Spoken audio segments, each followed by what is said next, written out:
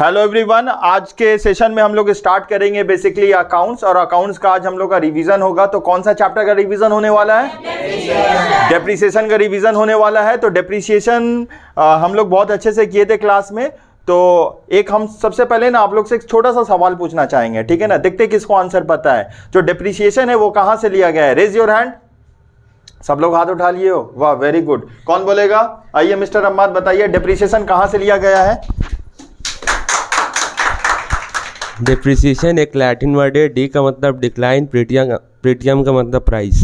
Very good, right answer. Keep it up मत, keep it up. जाओ, very good. चले जाओ, बैठ जाओ सब लोग, बैठ जाओ।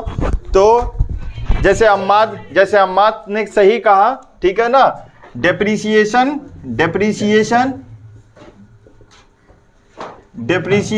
कहां से लिया गया है? लैटिन वर्ड से लिया गया है। कहां से लिया गया है?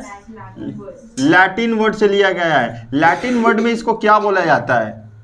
डिप्रीटियम। अच्छा, ये डिप्रीटियम को ना हम लोग दो पार्ट में डिवाइड कर देंगे। पहला पार्ट का मतलब होता है डी का मतलब डिक्लाइन, प्रीटियम का मतलब प्राइस। समझ में आया?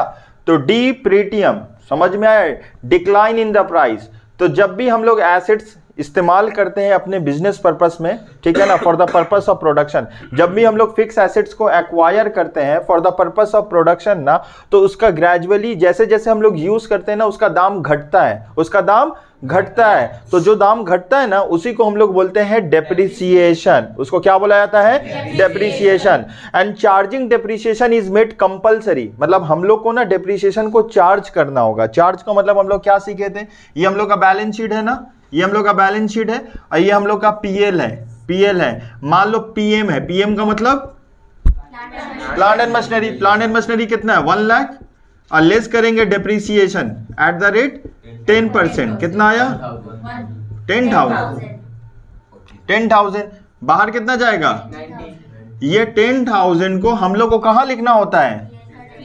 पीएल का डेबिट साइड में क्या लिखेंगे? To depreciation on plant and machinery. कितना लिखेंगे? 10,000। तो ये जो पीएल के डेबिट साइड में लिख रहे हैं ना 10,000, charging depreciation is made compulsory. ये कंपलसरी है, आपको पीएल के डेबिट में डेप्रिसिएशन लिखना ही होगा, इररिस्पेक्टिव ऑफ द फैक्ट अगर आपका प्रॉफिट है या लॉस है। ऐसा नहीं है जब प्रॉफिट होगा तभी डेप्रिसिएशन लिखेंगे। प्रॉफिट हो या लॉस हो, डेप्रिसिएशन को लिखना बहुत जरूरी है। इट इज मेड कंपलसरी, ठीक है ना? तो क्या बोलेंगे? Gradually decrease in the value of any fixed assets is known as depreciation, and charging depreciation is made compulsory. Without charging depreciation, a true financial position of a business concern cannot be ascertained. ठीक है?